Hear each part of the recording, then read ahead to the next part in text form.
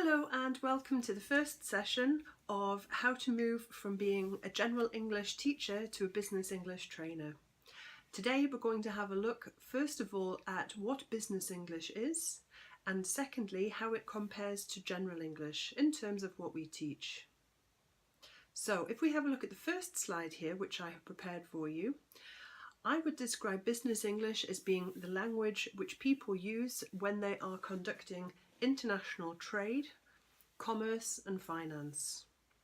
So what I mean by this is anybody who's working in an international business environment or in an environment in which English is the chosen language to communicate. That could be externally with people outside the organisation, or sometimes companies choose to employ English as the company language, in which case learners will need to be able to speak English relatively proficiently in order to be able to communicate effectively as part of their job.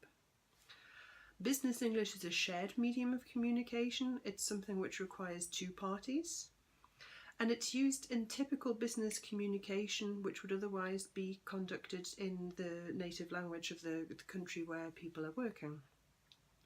So as you can see from the examples below, business English is used in written correspondence and emails and reports. It's used in trade fairs when people are representing their companies.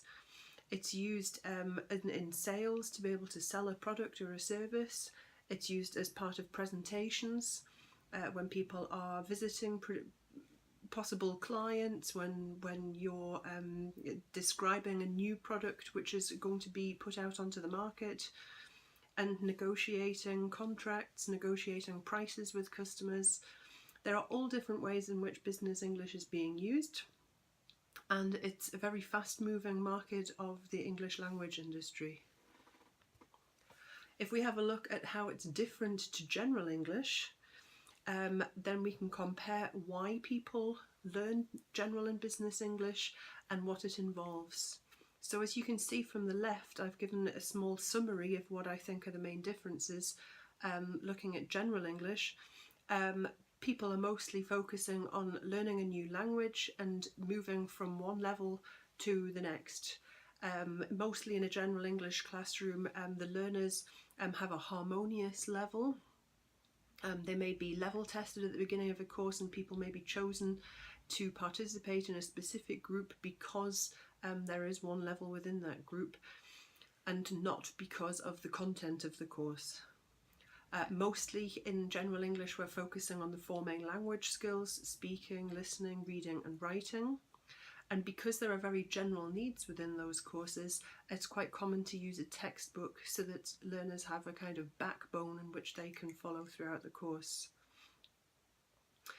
General English learners, because they're not focusing on specific needs, generally have more flexibility when it comes to achieving the goals that they're setting themselves. And we can employ a wide variety of teaching methods because we're not focused on helping people to complete particular tasks always, but we're helping them to develop a wide range of skills. When it comes to business English, teaching is a lot more focused, as is learning. So our learners are focusing on specific situations which they have to deal with every day, and they want to learn the language which is required to conduct those situations effectively. We may set up courses in which people have varying levels, but that's less of a focus because they have the same goals to achieve.